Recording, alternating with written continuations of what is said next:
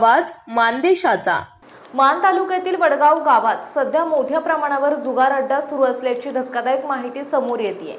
दहिवडी फलटण महामार्गालगत असलेल्या या गावात उघडपणे जुगाराचे खेळ रंगत असून यामुळे परिसरातील कायदा सुव्यवस्थेचा प्रश्न गंभीर बनलाय।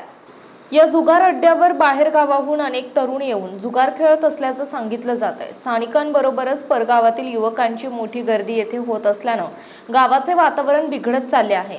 खुलेआम चालणाऱ्या या प्रकारामुळे नागरिकांमध्ये संतापाची भावना वाढत आहे।